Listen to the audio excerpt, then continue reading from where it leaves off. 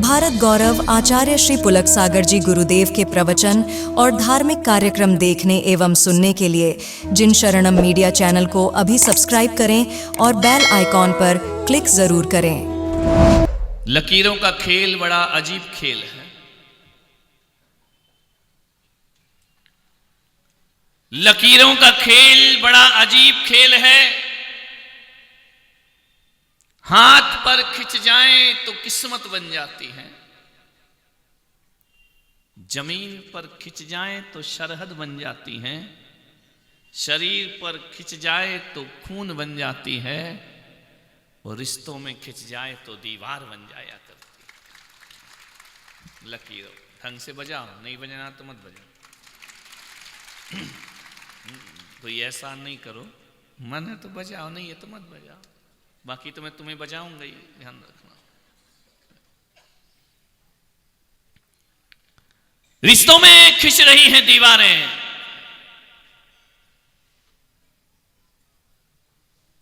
मान्यवर। चार दीवार और एक छत। एक दीवार मकान को जोड़ती है और एक दीवार मकान को तोड़ती है। चार दीवारें ईंट पत्थर की हों तो मकान की छत जुड़ जाया करती है। ध्यान रखना, मकान की दीवारों से मकान जुड़ता है, मन की दीवारों से मन टूटता है। ध्यान रखना। और एक बात और याद रखना, मकान में दीवार बाद में उठती है, पहले आदमी के मन में दीवार खड़ी हो जाया करती है। मकान की दीवार मजबूत नहीं होती, लेकिन मन की दीवार बहुत मजबूत हुआ करती है। आज जो मैं बात आपसे करने जा रहा हूं वो मन की दीवारों की बात कर रहा हूं। एक बात याद रखना, जब किसी आंगन में दीवार खड़ी होती है, जब किसी घर में दीवार खड़ी होती है, अपना ही आंगन छोटा हो जाता है। और जब कभी मनों में दीवार खड़ी होती है, अपने ही रिश्ते कमजोर हो जाया करते हैं। नुकसान किसी का नहीं होता, अपना ही होता है। मन की दीवारें, इन्हें गिराने का प्रयास करो। एक बात याद रखना, मकान बनाना पड़ता है। एक होता है मकान और एक होता है घर। मकान बनाना पड़ता है, घर बसाना पड़ता है। ध्यान रखिए, मकान ईंट पत्थरों से बनता है और घर प्रेम से बसा करता है। ध्यान रखिए, चार दीवारें।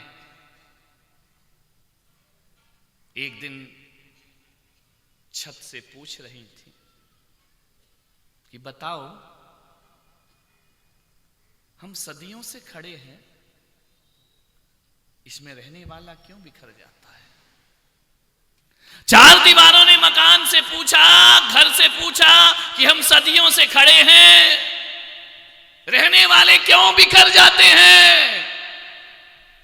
छत ने कहा दीवारों से कि तुम सब ईंटों को मजबूती से पकड़े हुए हो, इसलिए बरसों से खड़े हुए हो, और ये रिश्तों को मजबूती से नहीं पकड़ते, इसलिए पल भर में बिखर जाया कर। ईंटों को मजबूती से पकड़ो, रिश्तों को मजबूती से पकड़ो, रिश्ते बिखर रहे हैं। ध्यान रखिए, मैं आपसे इतना कहना चाहता हूं कि मकान बड़े हैं, घर सुने हैं। आहार पे जाता हूं ना, बड़े बड़े मकान, मैं पूछता हूं इसमें कौन रहता है? बोले हम दो। हमारे दो भी नहीं भाई, क्यों दो लगा रहे हो? ध्यान रखना, हम दो और हम ही हैं बस। ध्यान रखना। एक जगह मैं आहार को गया, मालूम है एसडीएम साहब चौथे माले पे चढ़ा के ले गया मुझे, मेरे आहार कराए। आहार के बाद मैंने पूछा ये नीचे के 3 मालों पे कौन रहता है? बोले मेरा ही घर है। अरे तो मैंने कहा विधाता तू नीचे ही करा देता आहार, इतने ऊपर चढ़ा करके क्यों लाया? बोले यदि इतने ऊपर नहीं लाता तो आप मेरा मकान देखते कैसे? धत तेरे के इंसान। मैंने कहा जो मकान तू दिखा रहा है मैं ठीक रहे समझ के लात मार के आया उस मकान को, तू मुझे मकान दिखा रहा है। बोले महाराज फिर भी तुम इनका एक बात बता, ये 4 मंजिल में कितने कमरे हैं? बोले 20 कमरे तो हैं। इनका रहते कितने हैं? बोले 2। ध्यान रखना, मकान के कमरे 20, आदमी रहता है 2। अरे 2 लोगों के लिए 2 कमरे बहुत है, 3 कमरे बहुत है, 4 कमरे बहुत है, 20 कमरे। मैंने उससे पूछा कि तेरे माँ बाप कहां रहते हैं? बोले मेरी माँ से मेरी बीवी की बनती नहीं है, वो छोटे भाई के पास रहती है। ध्यान दत्त तेरे की ये इंसानियत है, ये मकान है तुम्हारे। मेरी माँ से बनती नहीं मेरी बीवी की। एक बात बताओ सलूमर वालों, जब जब सास और बहू में झगड़ा होता है, अनबन होती है, तो देश निकाला माँ बाप को ही क्यों मिलता है, पत्नी को क्यों नहीं मिलता है? हमेशा माँ बाप की व्यवस्था की जाती है, माँ बाप को सेपरेट किया जाता है, पत्नी को सेपरेट नहीं किया जाता है। आपसे निवेदन है, कोठी सूनी है, झोपड़ी सूनी है, बड़े बड़े मकान हैं, रिश्ते नहीं हैं, आंखों में प्यार नहीं, अपनापन नहीं। ढूंढ रहे हैं हाथ, ढूंढ रही हैं निगाहें, किस घर में खुशियां आ जाए। ध्यान रखिए, बड़ी विडंबना है, दुआ के लिए उठने वाले हाथ दीवार बना रहे हैं। मान्यवर, आखिर ऐसा क्या हो जाता है? सही बताना कि भाई भाई बचपन में लड़ते हैं, झगड़ते हैं, मारपीट भी हो जाती है, शाम को एक हो जाते हैं, फिर दोस्ती हो जाती है, फिर गले में हाथ डाल लेते हैं, फिर एक थाली में खाने लगते, फिर लड़ाई हो जाती है, फिर दूसरे दिन बोलने लगते हैं। लेकिन वो ऐसा समय कब आता है कि जब एक बार लड़ते हैं फिर जिंदगी भर नहीं बोलते हैं। ध्यान रखना, जब आदमी बड़ा होता है ना, बचपन में लड़ता है, झगड़ता है, अरे बड़े भी लड़ते हैं, झगड़ते हैं, लेकिन अलग नहीं होते। कब तक? ईमानदारी से बोलता, तुम अपने कर्मों को खुद ही बखान करो, कब हो जाते हैं अलग अलग?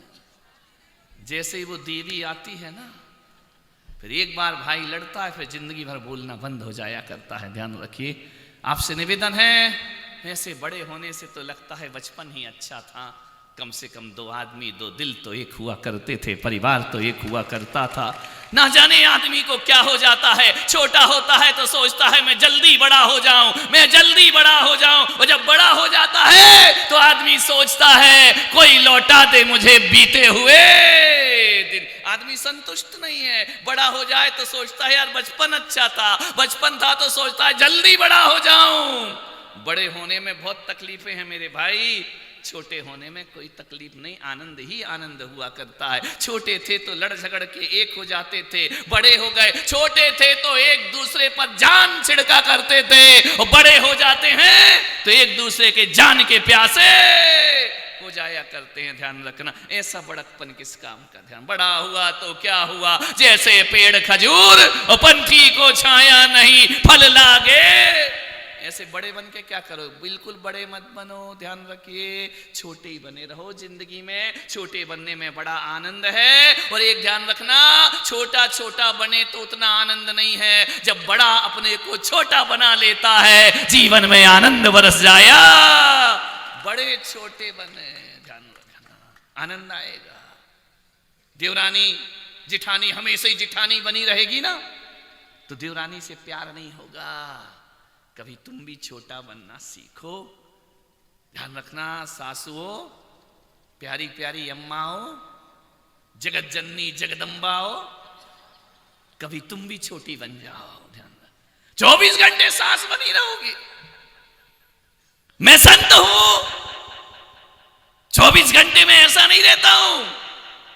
जो लोग मेरा मंच में रूप देखते वो दूसरा होता है, और कमरे में रूप देखते वो दूसरा हुआ करता है। जिंदगी के हर पहलुओं को जीना चाहिए। मंच का देख लो तो पसीना आ जाएगा लोगों को बात करने में, ध्यान रखना, लेकिन कमरे में मैं कुछ और होता हूं, रात की वैयावृत्ति में मैं कुछ होता हूं, आनंद यात्रा में कुछ और होता हूं।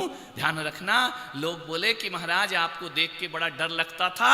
मैंने कहा केवल स्टेज पे डरने का, उसके बाद कभी डरने का नहीं, क्योंकि स्टेज मंच का अनुशासन हुआ करता है। ध्यान रखिए, बाकी समय नहीं। जाकी रही भावना जैसी, तिन मूरत देखी प्रभु तैसी। ध्यान रखना। कभी हल्के मूड में भी आया करो। 24 घंटे बड़े मत बना करो, छोटे बन जाया करो। मैं तो बड़े लोगों से कहता हूं कि दिन में 1 घंटे छोटे बच्चों के साथ गुजारा करो। मैं भी बोलता हूं छोटे छोटे बच्चों से, क्योंकि छोटे बच्चे वो होते हैं जो अच्छों की अकड़ तोड़ दिया करते हैं। ध्यान रखना। नहीं तोड़ते क्या? छोटा बच्चा होता है ना, दादाजी घोड़ा बनो घोड़ा बनो। अरे कहां का ऑफिसर, इतनी बड़ी पोस्ट पे, पोता कह रहा घोड़ा बना। अब बन गए दादाजी घोड़ा, बैठ गया घोड़े पे, लकड़ी की काठी काठी पे। ध्यान रखिए, बच्चे अहंकार को तोड़ते हैं। बच्चों के साथ मैं कहता हूं, मैं पुलक सागर तो रोज यहां रहूंगा नहीं, सत्संग यहां रोज मिलेगा नहीं। मैं कहता हूं सत्संग का मजा लेना है तो कभी कभी छोटे बच्चों में बैठ जाना, सत्संग का मजा अपने आप प्राप्त हो जाया करता है। मान्यवर समझे? आखिर ऐसा क्या हो जाता है बड़े होकर के कि 2 सगे भाई एक दूसरे के जानी दुश्मन हो जाया करते हैं? मालूम है नरक क्या है? मरने के बाद नरक मिलेगा ये मुझे नहीं मालूम। मरने के बाद स्वर्ग मिलता है ये भी पुलक सागर नहीं जानता है। लेकिन मैं इतना जरूर जानता हूं, एक आदमी आया कि हमारे दादाजी मर गए, बताओ उन्हें क्या मिला, स्वर्ग मिला कि नरक मिला? मैंने कहा मुझे नहीं मालूम, कोई मैं यमराज का एजेंट नहीं हूं कि मैं बताऊं किसको क्या मिला। लेकिन मैं इतना जरूर जानता हूं सलूमर वालों कि मरने के बाद स्वर्ग मिले या नहीं मिले मुझे नहीं पता। जो जीते जी जिंदगी स्वर्ग से जीता है उसे मरने के बाद स्वर्ग जरूर मिला करता है। और जो अपने घर के वातावरण को नरक बना के रखता है, कितना भी पूजा पाठ कर ले, कितना भी मंदिर चला जाए, उस आदमी को नरक की प्राप्ति जरूर होती है। ध्यान। एक बात बताऊं शांतिलाल जी, एक बुजुर्ग की अर्थी जा रही थी, एक आदमी आए, बोले महाराज दादाजी गए। तो मैंने कहा गए तो हम वापिस कहां से लाएं, गए तो गए। बोले महाराज एक बात बताओ, वो आदमी मर के कहां गया? अरे मैंने कहा भाई मैं कैसे बताऊं कि मर के कहां गया? बोले नहीं नहीं आप संत हैं, आप बताएं वो दादाजी मर के कहां गए। मैंने कहा एक बात बताओ, कहां गए ये तो बाद में बताना, ये बताओ उन्हें जिंदगी कैसे जी। जिंदगी का मत पूछो। बोले मैंने कहा क्यों? बोले 20 साल तो पुलिस ढूंढती रही। हम जी गया 20 साल पुलिस ढूंढती रही, 20 साल जेल में रहा, 20 साल अस्पताल में तड़पा, 20 साल घर वालों को सताया, आज चला गया। अब बताओ सलूमर वालों, जिसका जीवन ऐसा हो कि 20 साल पुलिस ढूंढे, अब आप ही बता दो वो आदमी नरक जाएगा या स्वर्ग जाएगा? ध्यान रखिए, उसकी जिंदगी ही नरक जैसी रही। अस्पताल में तड़प तड़प के मरा, जेल में घूमा, वो कैसे स्वर्ग जाएगा? मान्यवर ऐसा आदमी मैं यदि कहूं तो नियम से नरक जाएगा। ध्यान रखना। स्वर्ग जैसा जीवन जियो, स्वर्ग जैसा वातावरण बना लो, स्वर्ग जैसी स्थिति बना लो। जिस घर में 4 लोग रहते हैं, बच्चे रहते हैं, दादा दादी रहते हैं, चाचा चाची रहते हैं, मामा मामी रहते हैं, मामा मामी नहीं, बिल्कुल नहीं, मामा बिल्कुल मामा नहीं चलेगा, क्योंकि दुर्योधन ने मामा को बुलाया तो सत्यानाश हो गया था। मामा से तो बिल्कुल बच के रहो। ध्यान रखना। कंस मामा बन के आया, सत्यानाश हो गया। मामा से बच के रहो। एक जगह से मेरा बिहार हो रहा था, एक आदमी आए, बोले मेरा साला। मैंने कहा इसी ने तेरी जिंदगी बर्बाद की है। बोले क्यों? मैंने कहा दीवार को आला, वो ससुराल को साला बर्बाद करता है। ध्यान रखना। दीवार को आला काला कर देता है वो साला बहन का घर बर्बाद कर देता है। सालों से बचो, ध्यान रखिए। जिस घर में, परिवार में